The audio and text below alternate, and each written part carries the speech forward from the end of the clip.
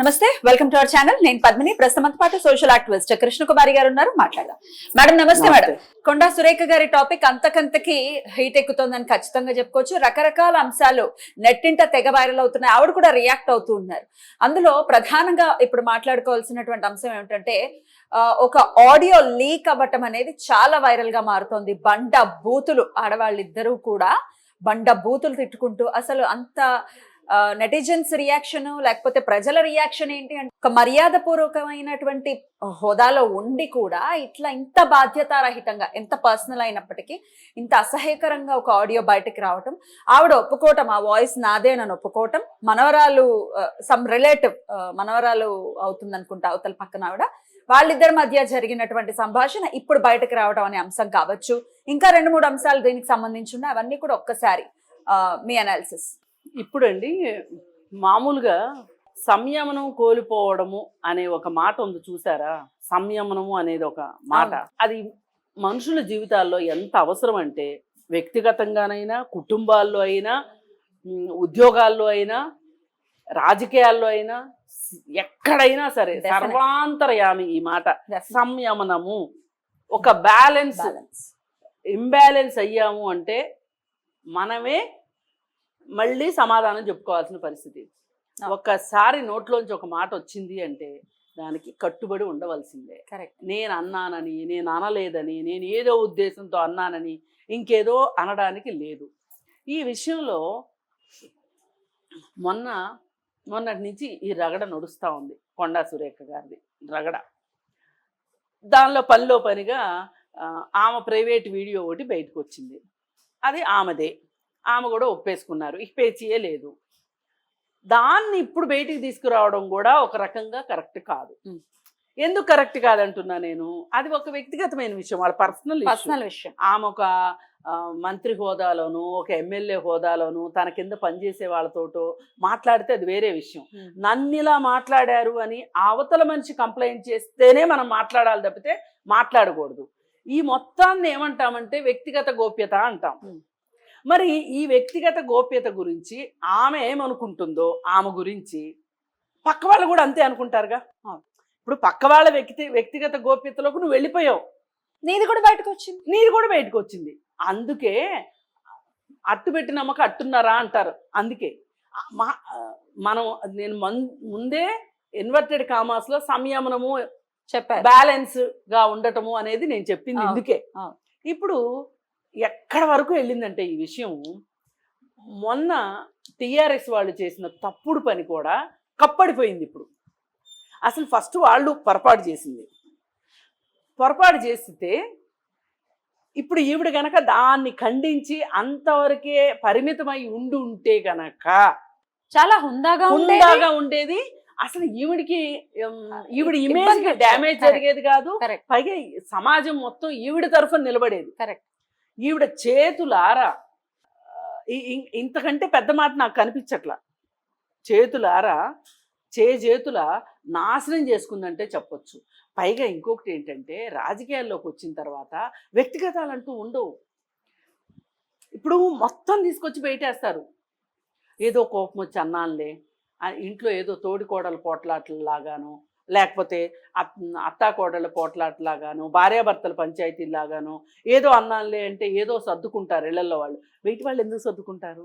పైగా అవకాశం వచ్చినట్టు వాడుకుంటారు. నిన్న నేను మాట్లాడుతూ కూడా ఒక చిన్న పొరపాటు జరిగింది. అదేంటంటే, హరీష్ రావు ఈమెకి దండ ఇచ్చాడు అనేది నేను మాట్లాడా. కాదు, నేను పొరపాటున రఘునందన్ రావు ఈవిడికి దండ ఇచ్చి అక్క అని ఇచ్చి సమస్యలు పట్టించుకోండి అని చెప్పాడు. అయితే దానికి ఈ సోషల్ మీడియాలో రఘునందన్ రావు బీజేపీ, ఈవిడ కాంగ్రెస్ కాబట్టి వీళ్ళిద్దరినీ అబాస్పాలు చేయాలని టీఆర్ఎస్ పార్టీ సోషల్ మీడియా ముందుకొచ్చి చేసింది. దాన్ని ఖండించాలి లెక్కైతే. హరీష్ రావు గారు ఖండించాడు, కేటీఆర్ ఖండించలేదని ఈవిడ కోపం వచ్చింది. కేటీఆర్ నువ్వు ఎందుకు స్పందించవు, ఇట్లాంటి వాటినేనా నువ్వు ప్రోత్సహించేది అని కేటీఆర్ని అనేసేసి ప్రజలకు వదిలేయాలి ఎప్పుడైనా. ఇప్పుడు మనం ఏం చేయాలంటే, మనం చెప్పదలుచుకున్నది కంప్లైంటు మనమే ఇచ్చి, వాదనలు మనమే చేసుకొని, తీర్పు మనం ఇచ్చామనుకోండి, కరెక్ట్. అది దానికి ఉండదు. ఇప్పుడు లావణ్య రాస్తారు విషయం కూడా అదే అయింది. ఇప్పుడు ఆమె కంప్లైంట్ ఇస్తుంది, ఆమె వాదించుకుంటుంది, ఆమె జడ్జి, ఆమె తీర్పిచ్చుకుంటుంది. అంతా అయిపోయాక మీకు నచ్చిందా అని అడుగుతుంది. అది కుదరదు. నువ్వేం చెప్పుకోదలుచుకున్నావు నువ్వు చెప్పుకోవాలి. ఇప్పుడు కోర్టులో అయినా నీ వాదనలు నువ్వు వినిపించుకుంటావు, నువ్వు చెప్పుకోదలుచుకుంది నువ్వు చెప్పుకుంటావు, నీ లాయర్ ద్వారా చెప్పుకుంటావో నువ్వు చెప్పుకుంటావు. కానీ తర్వాత బాధ్యత ఎవరిది? కరెక్ట్, జడ్జిది. అలాగే నువ్వు ప్రజల్ని ఇక్కడ జడ్జీలు చేసి ఉండాల్సింది. చేసింది రాజకీయంగా అతి పెద్ద పొరపాటు. అందుకే అంటారు రాజకీయాల్లో హత్యలు ఉండవు, ఆత్మహత్యలే ఉంటాయి. ఎవడో పక్కోడు వచ్చి చేయక్కర్లా, నీకు నువ్వే చేసుకున్నావు ఆత్మవంచన. ఒక రకంగా నీకు నువ్వు నష్టం చేసేసుకున్నావు. భౌతికంగా చనిపోకపోయినా నష్టం చేసేసుకున్నావు నువ్వు రాజకీయంగా. పైగా నువ్వు ఒక పార్టీకి ప్రతినిధివి. ఇక్కడ నువ్వేం చేసినా, ఇప్పుడు ఏ పార్టీలో ఉన్న వాళ్ళైనా ఆలోచించాల్సింది ఏంటంటే, మనము ఒక పార్టీలో ఉన్నాము అంటే మన మంచి చెడ్డలు, మన మంచి పార్టీకి ఎట్లా అయితే మంచిగా మారుతుందో మన చెడు కూడా పార్టీకి చెడుగా మారుతుంది. మీరు ఆ పార్టీలో ఉంటూ, ఆ పార్టీలో ఎదుగుతూ, ఆ పార్టీలో బీఫామ్ తీసుకుని, ఆ పార్టీలో ఎమ్మెల్యేలుగా గెలిచి, ఆ పార్టీలో మంత్రులు అయిన తర్వాత మీరు ఈ మాత్రం బాధ్యత లేకుండా ఉంటే ఎట్లా? అసలు తప్పు కదా ఇది. మీరు ఎంత ఒళ్ళు దగ్గర పెట్టుకోవాలి, ఎంత జాగరూకతతో ఉండాలి. అరే పబ్లిక్లో ఒక మంత్రి మాట్లాడింది అంటే అది సరా వెళ్ళిపోద్దే అనే జ్ఞానం ఉండాలి. ఆవిడ ఈ విషయంలో 2 సార్లు తప్పు చేసింది. మరి ఇప్పుడున్న పరిస్థితి ఏంటో నాకు తెలీదు. ఇప్పుడు ఏం జరుగుతుందో. ఇప్పుడు ఇదంతా జరిగింది. ఇక నిన్న సాయంత్రం ఈవిడ మళ్ళీ మనం చరణంలాగా చెప్పుకోవడం అనవసరం. ఈ నాగార్జున గురించి, కేటీఆర్ గురించి, సమంత గురించి మాట్లాడింది కదా, దానికి సినిమా రంగం మొత్తం ఒక్క తాటి మీదకి వచ్చి అందరూ ధ్వజమెత్తడం మొదలెట్టేసరికి ఈవిడికి చేసిన తప్పు ఏంటో ఈవిడికి అర్థమయ్యి నువ్వు ఒక మహిళవే కదా, సాటి ఆడదాని గురించి నువ్వు అట్లాగైనా మాట్లాడేది అది ఇది అని చెప్పి అంటే, ఈమె ఒక ఆడదానిగా నాకు ఆ వేదన ఏంటో నాకు తెలుసు, నేను కావాలని అనలేదమ్మా సమంత అని చెప్పి ఈవిడ ఒక మాట సారీ అనే ఒక సమంతకు మాత్రమే సారీ అయితే చెప్పడం జరిగింది. అయితే ఇక్కడ చెప్పాల్సింది ఇంకెవరికి అంటే, కేటీఆర్ కోరుకున్నాడు అనడము కరెక్ట్ కాదు. దానికి నాగార్జున కూడా వంతపాడి కోడల్ని వెళ్ళమన్నాడు అనటం కూడా ఇది తప్పు. ఇలాంటి పెద్ద విషయాలు మాట్లాడేటప్పుడు చాలా అథెంటిక్ సోర్స్ ఉండాలి. చాలా అంటే చాలా. ఎవరో చెప్పారు, నేను విన్నాను, నేను మాట్లాడుతున్నాను అంటే కుదరదు. పైగా అసలు ఎవ్వరూ చేయకూడదు. రాజకీయాల్లో ఉన్నవాళ్ళు అసలే చేయకూడదు, పదవుల్లో ఉన్నవాళ్ళు అస్సలు చేయకూడదు. ఆమె చేసి ఎంతలా ఇరుక్కుందంటే అంతలా ఇరుక్కుంది. కానీ ఈవిడ సమంతకి సారీ చెప్పినప్పటికీ కూడా ఒక ఆడదానిగా చెప్తున్నాను అన్నది కానీ అసలు ఒక మనిషిగా ఎందుకు ఆలోచించట్లేదు? మగవాడికి కూడా సేమ్ ఉంటుంది లేకపోతే ఆయనకు కానీ పరువు ఉంటుంది కదా. ఇప్పుడు వాళ్ళు ఇదంతా నిజమే అనుకుంటే కూడా మాట్లాడే హక్కు లేదు మనకు. లేదు, పర్సనల్ డివోర్స్ తీసుకోవడం అనేది వాళ్ళ పర్సనల్ విషయం. అసలు నువ్వు వాళ్ళ వ్యక్తిగత గోప్యతలోకి వెళ్ళిపోయావు. వ్యక్తిగత గోప్యతలోకి వెళ్ళే హక్కు ఎవరికీ లేదు. ఆఖరికి సుప్రీంకోర్టు కూడా ప్రతిదానికి ఆధార్ కార్డు అంటే అది ఒక వ్యక్తిగతమైన సమాచారం ఉంది, దాంట్లో మీరు ఆధార్ అడగటానికి వీల్లేదు అని చెప్తుంది. అంటే ఏంటి దీని అర్థం? అంటే వ్యక్తిగత స్వేచ్ఛకి, వ్యక్తిగత గోప్యతకి మన చట్టంలో అంత రక్షణ ఉంది అని అర్థం. మరి ఇంకా ఆమె ఇంకా ఎక్కువ మందికి సారీ చెప్పాల్సిన అవసరం ఉందేమో అని అనిపిస్తుంది. కానీ ఆవిడైతే ఆ విధంగా ఆవిడ స్పందించట్లేదు కాబట్టి ఇది ఇప్పట్లో చల్లారేలాగా కనపడట్లేదు. ఇదే అంశం మీద ఎలాగో ఈ సారీ చెప్పకపోవటం లేకపోతే దొల్లేయటం అనేది ఆల్రెడీ జరిగింది. అయితే ఆవిడ ఇప్పుడు రీసెంట్ గా చేసిన కమెంట్స్ గురించి ఒకసారి మాట్లాడుకుంటే, నేను కోపంలో అనేసాను, మరి వాళ్ళు కూడా ఎందుకు డివోర్స్ తీసుకున్నారన్న విషయం కూడా ప్రకటన చేయలేదు అంటూ మళ్ళీ ఇంకొక కమెంట్ చేయటం. ఇప్పుడు మనం మాట్లాడుకున్న ఈ వ్యక్తిగత అంశం అనేది ఆవిడకి అది తెలియదో, అలా ఇప్పుడు శ్రీశ్రీ గారు అన్నట్టు బయటకు వస్తే ఎవరిని ఏమైనా అంటామంటే అది కుదిరే పరిస్థితి కాదు ఇవాళ రోజుల్లో. It's there personal. ఇప్పుడు కరెక్ట్ కాదు. ఇప్పుడు శ్రీశ్రీ గారు అన్న ఉద్దేశం ఏంటంటే, ఒక కవికి ఒక బాధ్యత ఉంటుంది, ఒక రచయితకు ఒక బాధ్యత ఉంటుంది, ఒక రాజకీయ నాయకుడికి ఒక బాధ్యత ఉంటుంది, Correct. ఒక ఉపాధ్యాయుడికి ఒక బాధ్యత ఉంటుంది. అట్లా బాధ్యత మర్చిపోతే మిమ్మల్ని ఏమైనా అంటా ఉన్నాడు. కానీ వాళ్ళ ఇంట్లో- కాంటెక్స్ట్ ఆ, అది వాళ్ళ ఇంట్లో వాళ్ళు ఏం చేసుకున్నారు అనేది నువ్వు వెళ్ళి భూతద్దాలు పెట్టి చూడలేవు కదా, టెలిస్కోపులు పెట్టి చూడలేవు కదా. అది ఒకవేళ చూస్తే కూడా తప్పు నీది. అందుకని ఈవిడ అసలు వాళ్ళ విడాకుల గురించి మాట్లాడాల్సిన అవసరమే లేదు. ఇప్పటికి కూడా ఆవిడ మాటల్ని వెనక్కి తీసుకోవట్లేదు అనేది అర్థమవుతుంది. ఎందుకంటే ఓన్లీ సారీ అయితే చెప్పాం, కానీ నేను ఇందాక చెప్పినట్టుగా ఎందుకు చెప్పలేదు ఇప్పటికీ ప్రపంచానికి, ఎందుకు విడాకులు తీసుకున్నారు అనేది చెప్పలేదు కదా అని అంటున్నారు. ఎట్లా చూడొచ్చు ఈ మాటని? అసలు చెప్పక్కర్లేదు, చెప్పాల్సిన అవసరమే లేదు. పైకి ఈవిడికి అసలు చెప్పాల్సిన అవసరం లేదు. అసలు అడిగే హక్కు లేదు ముందు. వాళ్ళు చెప్తారా లేదా తర్వాత విషయం. ఈవిడికి అడిగే హక్కు లేదు ముందు. ఎందుకు వీళ్ళు అదే ఎలా అంటే కింద పడ్డ మాదే పై చేయి అన్నట్లుగా మాట్లాడాలని. ఇప్పుడు ఆవిడ సమంతకి ఎక్కువ సానుభూతి వస్తుందేమోనని చెప్పి సమంతకి ఈవిడ సారీ చెప్పింది, కానీ అది కూడా మనస్ఫూర్తిగా చెప్పినట్టు అనిపించట్లా. మనస్ఫూర్తిగా ఆవిడ మనసులో నుంచి వచ్చుంటే గనక ఈ మొత్తం నేను మాట్లాడిన దాంట్లో ఎవరికి మనస్తాపం కలిగినా నేను కావాలని మాట్లాడలేదు, నా బాధలో నుంచి అలాంటి మాటలు వచ్చినాయి, అందరూ ఈ విషయాన్ని ఇంతటితోటి మర్చిపోదాము అని గనక ఒక బ్రాడ్ గా ఆమె ఒక పత్రికా ప్రకటన రిలీజ్ చేసి ఉంటే గనక సమంజసంగా ఎంతో కొంత చల్లారేది. కానీ ఇప్పుడు ఆవిడ చేసిన వ్యాఖ్యల వల్ల ఇది అసలు ఎప్పట్లో చల్లారదేమో అనిపిస్తుంది. అసలు మీడియాకు కూడా ఒక మేత వేసినట్టు అయిపోయింది. సామాన్య ప్రజలకు కూడా అసలు ఏంటి ఒక మంత్రి ఇలా మాట్లాడడమా, ఒక మంత్రి ఇలా మాట్లాడడమా అనడం అనేది వాళ్ళ సొంత పార్టీ వాళ్ళు కూడా సమర్థించుకోలేనంత పొరపాటు చేసింది కొండా సురేఖ. మరి పైగా ఇంకొకటి ఆమెకు అర్థం కావాల్సింది, మీ ఇంట్లో ఎన్నో ఉండుంటాయి, ఉన్నాయి, బయటకు కూడా వచ్చింది ఒకటి ఆడియో గురించి వచ్చింది. ఆ ఆడియో గురించి నేనేమంటున్నాను, అది ఆమె పర్సనల్, అంతే, దాని గురించి మనం మాట్లాడొద్దు. అన్లెస్ అంటిల్ ఆ అవతల అమ్మాయి ఎవరైతే ఉన్నారో ఆ అమ్మాయి నన్ను ఈ విధంగా వచ్చి ముందుకొచ్చి పోలీస్ స్టేషన్కి వెళ్ళి నన్ను ఈ విధంగా ఆవిడ దుర్భాషలాడింది అని ఆ అమ్మాయి కంప్లైంట్ ఇస్తే ఇప్పుడు మాట్లాడే మనం స్పందించాలి. అదర్వైజ్ ఇది ఎవరో బయటికి తీసుకొచ్చి పెట్టారు, దాని మీద మనం డిబేట్లు చేయటం కూడా కరెక్ట్ కాదు. కాకపోతే ఇక్కడ అర్థమైంది ఏంటి అంటే, అసలు అంత అన్పార్లమెంటరీ లాంగ్వేజ్ యూజ్ చేయాల్సినంత అవసరం ఏమొచ్చింది? ఎంత కోపం ఉన్నా, ఎంత ఆవేశం వచ్చినా అసలు ఎందుకు ఇంత అన్పార్లమెంటరీ లాంగ్వేజ్ వాడుతున్నారు? అంటే మాకు అధికారం ఉందనా, మేము శాసించే పరిస్థితిలో ఉన్నామనా, మేము ఏం చేసినా చెల్లుబాటు అయిపోతుంది అనా, అంటే అవతల మనిషి ఎంత నిస్సహాయ పరిస్థితిలో ఉంటే ఆ అమ్మాయిని అలా మాట్లాడింది, ఇవన్నీ కూడా వస్తాయి.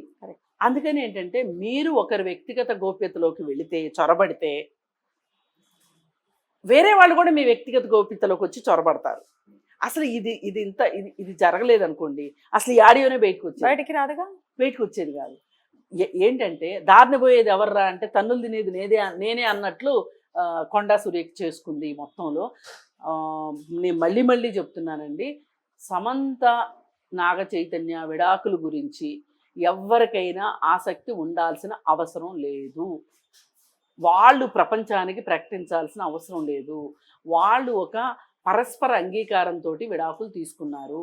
కోర్టు కూడా అడగదు, కోర్టు కూడా జోక్యం చేసుకోదు. మీ ఇద్దరు పరస్పరంగా విడాకులు తీసుకోవాలనుకుంటున్నారు కదా, అంటే ఏంటి పరస్పర అంగీకారంలో ఏముంటాయి అంటే, మా ఇద్దరికి మనోభావాలు కలవలేదను, అభిప్రాయాలు కలవలేదను, నిత్యం మాకు దీనివల్ల మాకు గొడవలు అవుతున్నాయి అంటే అవి ఏమి గొడవలు, ఎలాంటి గొడవలు అనే అడిగేది కూడా కోర్టు కూడా అడగదు. కోర్టు ఎప్పుడు అడుగుతుంది అంటే, ఒకరే విడాకులకి వెళితే, మ్యూచువల్కి ఇవన్నీ ఏమి ఉండవు, మ్యూచువల్కి ఇవన్నీ ఒక్కరే వెళ్తే మటుకు ఎందుకు విడాకులు తీసుకుంటున్నాం అనేది కోర్టుకు మనం చెప్పాల్సి ఉంటుంది. చెప్పాల్సినప్పుడు రెండో వాళ్ళ మీద కంప్లైంట్లు చెప్తాం మనం. ఆ కంప్లైంట్లు నిరూపించుకోవాల్సిన అవసరం ఉంటుంది. అప్పుడు మాత్రమే కోర్టు రెండో వాళ్ళని అడుగుతుంది, మరి ఇతను ఈ విధమైన అభియోగాలు పెట్టాడు మీ మీద, దీనికి మీరు ఏమంటారు? లేదు అనుకుంటే ఇవి కరెక్ట్ కాదు అంటే మీ దగ్గర ఏమైనా సాక్ష్యాలు ఆధారాలు ఉన్నాయా అని అడుగుతుంది కోర్టు. అంతేగాని పరస్పర అంగీకారంతో విడాకులు కోరుకునే వాళ్ళని కోర్టే అడగదు. అలాంటిది నువ్వెవరు, నువ్వెంత, అసలు నువ్వెందుకు అడుగుతావు? అసలు నువ్వేదో ఊహించేసుకుని ఒక క్రైమ్ థ్రిల్లర్ స్టోరీ లాగా మాట్లాడతాను అంటే కుదరదు. మీరు రాజకీయ నాయకులు, మీరు ఒక ఎంత బాధ్యతతోనూ ఒక విధమైన క్రమశిక్షణతోనూ ఉండాల్సిన అవసరం ఉంది. పైగా మీరు వేరే వాళ్ళకి ఒక ఎగ్జాంపుల్గా ఉండాలి. మిమ్మల్ని చూసి నలుగురు నేర్చుకునేటట్లు ఉండాలి. Correct. ఆ వీడియో ఆ ఆడియో బయటపడిన ఆడియో వింటే మీ మీద ఏమైనా గౌరవం ఉంటుందా అసలు? అసలు వర్ణించడానికి కూడా వీలుగా అనేటువంటి పరిస్థితి. వీలుగానంత ఈ పరిస్థితి. కుళాయిల దగ్గర కూడా అంతలా కొట్టుకోరేమో కుళాయిల దగ్గర కూడా కొట్టుకోరు, అట్లా కొట్టుకోరు. ఏది ఏమైనా కొండ సురేఖ గారు ఆవిడ పూర్తిగా ఒక రకంగా దివాళా తీసినంత పని అయిపోయింది ఈ విషయంలో. దివాళా వ్యాఖ్యలు అంత దివాళా కోరుతనంగా ఉన్నాయి. ఈ క్షణానికి కూడా నేను చాలా పొరపాటు జరిగిపోయింది, అనుకుని జరిగిందా అనుకోకుండా జరిగిందా ఏదన్నా కానీ ఇర్రెస్పెక్టివ్, ఆమె గనక ఒక సంజాయిషి ఇచ్చుకుని వాళ్ళందరికీ, ఎవరికి ఇప్పుడు కేటీఆర్కి సమంతకు ఆల్రెడీ చెప్పేశారు, నాగార్జునకి వాళ్ళ కుటుంబానికి కూడా ఆవిడ క్షమాపణ చెప్తేగా తప్పితే ఇది ఎంతో కొంత చల్లారదు అనే పరిస్థితిలో ఉంది. కానీ ఆమె వైఖరి చూస్తే అలా చెప్పేలా అనిపించింది, ఇప్పటికీ అనిపించట్లేదు. నమస్తే, వెల్కమ్ టు అవర్ ఛానల్. నేను పద్మిని. ప్రస్తుతం పాటు సోషల్ యాక్టివిస్ట్ కృష్ణకుమారి గారు ఉన్నారు, మాట్లాడదాం.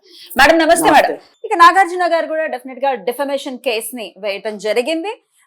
ఇంత ఇల్గా మాట్లాడటం, బహిరంగంగా ఒక వేదిక మీద ప్రెస్ మీట్ పెట్టి మాట్లాడటం అనేది నిజంగా చాలా బాధాకరం అంటూ డెఫమేషన్ కూడా వేశారు.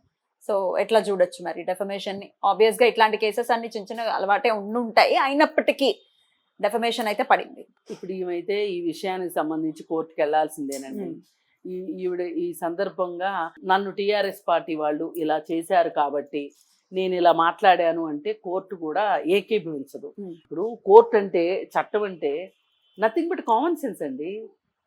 ఇప్పుడు ఏ చిన్నపిల్లాడిని ఒక మూడో మనిషిని తీసుకొచ్చి కూర్చోబెట్టి వాళ్ళు అలా అన్నారంట, అందుకోసం ఈవిడ ఇలా అన్నదంట అంటే ఏం చెప్తారు? కరెక్ట్ కాదనే చెప్తారు కదా. కరెక్ట్ కాదనే చెప్తారు కదా. ఇదంతా ఎలా అయిపోయిందంటే ఎవరో జ్వాలను రగిలించారు, వేరెవరో దానికి బలైపోయారు అన్నట్లుంది. అసలు ఆ రోజు రఘునందన్ రావు మీటింగ్ లో ఆయన మీకు దండెవ్వడం ఏంటి, దానికి టీఆర్ఎస్ వాళ్ళు పెట్టడం ఏంటి?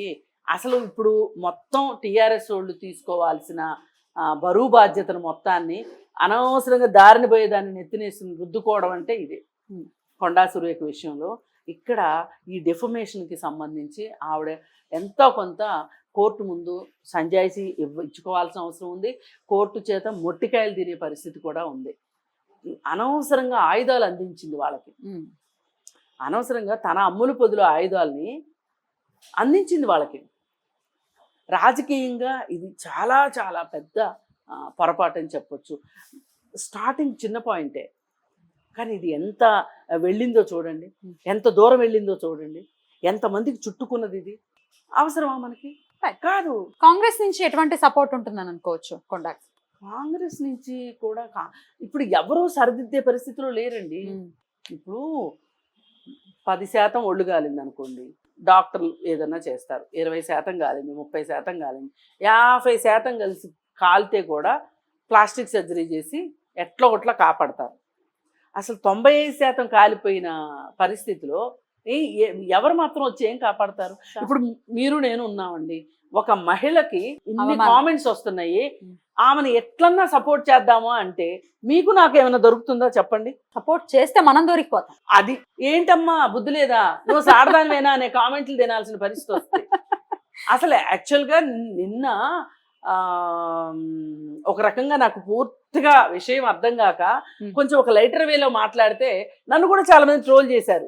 ఆవిడకి సపోర్ట్ చేస్తున్నారనే అర్థం చేసుకున్నారు. కానీ నేను చెప్పదలుచుకుంది ఏంటంటే, ఎవరికి ఎవరు సపోర్ట్ అనే కన్నా కూడా ఒక విలువల్ని, రాజకీయాల్లో కామెంట్స్ విషయంలో కూడా ఒక విలువలని మనము ప్రతిష్టాపించాల్సిన అవసరం ఉంది. ఒక ప్రాణ ప్రతిష్ఠ చెయ్యాలి ఇక్కడ. ఎందుకంటే ఎవరికి వాళ్ళు ఇలా బూతులు మాట్లాడుకుంటూ వెళ్ళిపోతే, ఎవరికి వాళ్ళు ఇలా ఆధారాలు లేని మాటలు మాట్లాడితే, నిజమైనా సరే నీ దగ్గర ఆధారం ఏంటి? ఆధారం లేని మాట్లాడద్దు. ఇప్పుడు కోర్టులో కూడా తెలియక ఏం చేస్తారంటే, అమాయకంగా ప్రత్యర్థి మీద ఆరోపణలు చేసేస్తారు. కోర్టు ఆరోపణ చేసిన ప్రతిదానికి సాక్ష్యాధారాలు అడుగుతుంది. ఇవ్వలేకపోతే నువ్వు తప్పుడు కేసు పెట్టావని నిన్ను చివాట్లు పెడుతుంది ఎంత న్యాయం నీ వైపు ఉన్నప్పటికీ. అందుకే కరెక్ట్గా ఎక్కడ దొరుకుతారు రెండో వాళ్ళు అది చూసి గురి చూసి కొట్టడం అంటారు చూసారా. ఇక్కడ కొండా సురేఖ గురి తప్పిన బాణం ఇవాళ. మరి ఈ గురి తప్పిన బాణానికి ఈ కాంగ్రెస్ పార్టీ ఎంతవరకు మూల్యం చెల్లించగలదు? కాంగ్రెస్ పార్టీ ఎలా వెనకేసుకు రాగలదు? అసలు ఎందుకు వేసుకొస్తుంది అనేది ఓ ప్రశ్న. అంటే డ్యామేజ్ తక్కువ ఉందనుకోమ్మా, ఇమేజ్ కాపాడుకోవటానికి. అసలు ఇంతకంటే ఘోరమైనటువంటి హైడ్రా గురించి ఎవరు అక్కడ స్పందించట్లేదు. ఈ మ్యాటర్ మీద స్పందించి ఇంకా ఒక ఇంత రచ్చ చేయటం అనేది కాంగ్రెస్ చేస్తుందని అనుకోకూడదు. ఇప్పుడు పడవకు చిల్లుబడింది అనుకోండి, ఇంతకంటే బరువు మోసే పరిస్థితిలో ఈ పడవ లేదు అందనుకోండి, పరిస్థితి ఉందనుకోండి, ఒకళ్ళు వచ్చి నన్ను ఎక్కించుకోండి అన్నారనుకోండి, ఇప్పుడు వాళ్ళందరూ ఎందుకు ఒప్పుకుంటారా పడవ ఎక్కించుకోలేదు? ఇవాళ అదే పరిస్థితిలో కొండా సురేఖ ఉంది. అందుకే రాజకీయ నాయకులు ఒకంత జాగ్రత్తగా, ఒళ్ళు జాగ్రత్తగా పెట్టుకోవాలి, బుద్ధి జాగ్రత్తగా పెట్టుకోవాలి, ఇరుక్కునే పనులు చేయొద్దు. ఇక రకుల్ ప్రీత్ సింగ్ అంశం కూడా తెర మీదకి వచ్చింది. ఆవిడ అనటం జరిగింది, యంగ్ హీరోయిన్స్ వెళ్ళిపోయి పెళ్లిళ్ళు చేసేసుకుంటున్నారు అని చెప్పడం రకుల్ గురించే. రకుల్ కూడా ఆవిడ స్పందించారు. అసలు ఇంత బాధ్యతారహితంగా ఒక మహిళ మాట్లాడటం, అందున ఒక గౌరవప్రదమైనటువంటి స్థానంలో ఉండి మాట్లాడటం అనేది నిజంగా చాలా శోచనీయం. దీన్ని వెనక్కి తీసుకోవాలి అని చెప్పి ఆవిడ స్టైల్లో ఆవిడ చాలా గట్టిగానే రిటార్ట్ ఇచ్చారని అనుకోవచ్చు. ఎట్లా చూడొచ్చు ఈ అంశాన్ని? ఇది కూడా చాలా మంది మాట్లాడారండి, చాలా పుకార్లు షికారులు చేశాయి. కానీ మనం మాట్లాడడం ఎంతవరకు కరెక్ట్? ఇప్పుడు ఆయన రేవు పార్టీలకు వెళ్ళాడని, మాదక ద్రవ్యాలు తీసుకున్నాడని అసలు చాలామంది మాట్లాడారు. కేటీఆర్ మాదక ద్రవ్యాలు తీసుకుంటాడు అని. మాటల్లో మాటగా మాట్లాడడం వేరు, ఇలా ప్రెస్ మీట్ పెట్టి మాట్లాడడం వేరు. ఇలా ఇది మాట్లాడడం వల్ల ఏమవుతుంది అంటే ఈ మాటలు వెనక్కి తీసుకోలేని పరిస్థితి వచ్చింది ఇవాళ. ఇప్పుడు ఈవిడ మాటలు వెనక్కి తీసుకోలేని పరిస్థితికి వచ్చేసింది. ఆమె స్థానంలో ఎవరున్నా అంతే. అందుకని మనం ఒకంత జాగ్రత్తగా ఉండటం చాలా అవసరము. ఇప్పుడు ఒక మంత్రి మీద, రకుల్ ప్రీత్ సింగ్ ఒక మంత్రి పైన ఒక సామాన్య సినిమా యాక్టర్ మాట్లాడే పరిస్థితికి నువ్వు తీసుకొచ్చుకున్నావు అంటే ఇది చేతులారా చేసుకుంది. ఇప్పుడు నెయ్యి నేల కొలికిపోయింది, నువ్వేం చేసినా ఆ నెయ్యిని ఎత్తుకోలేవు. ఆ పరిస్థితిలోకి కొండా సురేఖ వెళ్ళింది. అందుకే చాలా సంయమనము అనే మాట ఎంత అవసరం అంటే అంత అవసరం. ఇవాళ ఇంత ఇమేజ్ డ్యామేజ్ అయిపోయిన తర్వాత దీన్ని కాపాడుకోవడం చాలా కష్టమైన పరిస్థితిలోకి వెళ్ళింది. ఆవిడ కేసులు ఎదుర్కోవడం తప్పితే ఆవిడకి ఉన్న ఆప్షనే లేదు. ఆశ్చర్యపరిచేటటువంటి విషయం ఏమిటంటే ఒకళ్ళేమో రకుల్ ప్రీత్ సింగ్ ని పెళ్లి చేసుకుని వెళ్ళిపోయింది అంది అన్నారు ఆవిడ. అలాగే డివోర్స్ తీసేసుకున్నారు వీళ్ళ వల్లేనని వీళ్ళని. మొత్తం ఈ పెళ్లిళ్ళ చుట్టూనే తిరుగుతుంది, ఈ స్టోరీల చుట్టూనే తిరుగుతుంది ఆవిడ వ్యాఖ్యలన్నీ కూడా. డెఫినెట్ గా మీరన్నట్టుగా ధ్వజమెత్తే అందరూ కూడా ఇండస్ట్రీలో ఉన్న వాళ్ళు, నెటిజన్స్ మొత్తం అంతా కూడా యాంటీ అయిపోయినటువంటి పరిస్థితి. అసలు ఇండస్ట్రీ కూడా గమ్మత్తుగా మొత్తం ఏకమైపోయింది. అసలు ఎప్పుడు దేనికి స్పందించిన జూనియర్ ఎన్టీఆర్ కూడా తొందరగా కమెంట్ చేయడు.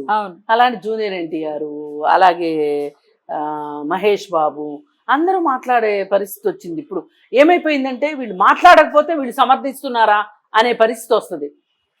అందుకోసం అందరూ మాట్లాడుతున్నారు. అది అలాంటి పరిస్థితిలోకి ఇది చేతులారా చేసుకున్నది.